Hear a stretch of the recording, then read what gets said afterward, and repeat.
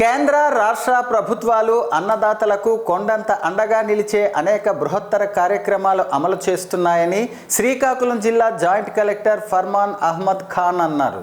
ఈ ఏడాది ఖరీఫ్ సీజన్లో రైతులు పండించే ధాన్యాన్ని పారదర్శకంగా కొనుగోలు చేస్తున్నామని చెప్పారు. రైతు పండించే పంట ప్రభుత్వమే బాధ్యత వహించి కొనుగోలు చేస్తుందని, ఇందులో రైతులు ఎటువంటి ఆందోళన చెందవలసిన అవసరం లేదని ఆయన స్పష్టం చేశారు. ధాన్యం కొనుగోలు చేసిన 48 గంటల్లో రైతుల బ్యాంక్ ఖాతాలకు నగదు జమ చేస్తున్నామని తెలిపారు. శ్రీకాకుళం జిల్లాలో ఈ ఏడాది ఖరీఫ్ సీజన్లో సుమారు 7 లక్షల మెట్రిక్ టన్నుల వరకు ధాన్యం కొనుగోలు చేసేందుకు వీలు ఉందని, అయితే ఇంతవరకు 4.9 లక్షల మెట్రిక్ టన్నుల ధాన్యం కొనుగోలు చేశామని చెప్పారు.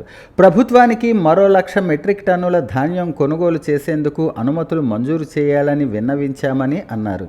శ్రీకాకుళం జిల్లాలో 269 రైస్ మిల్లులు ఉన్నాయని, బ్యాంక్ గ్యారంటీ పూర్తయిన మిల్లులకు ధాన్యం కొనుగోలు చేసే అవకాశం లేదని, రైతులు ఈ విషయం గ్రహించి అట్లాంటి మిల్లులకు ధాన్యం అమ్మకం చేయవద్దని సూచించారు.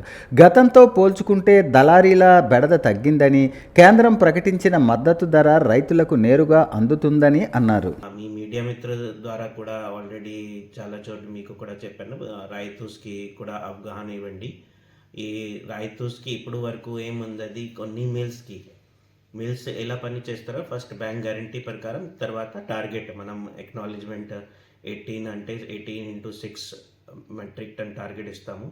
తర్వాత రైతుస్కి కొన్ని మిల్స్కి టార్గెట్ పూర్తిగా తర్వాత చాలా న్యూస్ పేపర్లో అడ్వర్స్ న్యూస్ వస్తుంది, ఈ మెయిల్స్కి టార్గెట్ పూర్తిగా అంది. మనం ఎంక్వైరీ చేస్తే బ్యాంక్ గ్యారంటీ పూర్తిగా అయిపోయింది.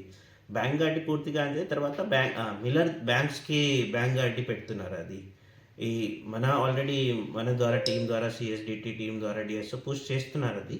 బట్ రైతుస్కి మన జిల్లాలో చూస్తే 269 మిల్స్ ఉన్నాయి.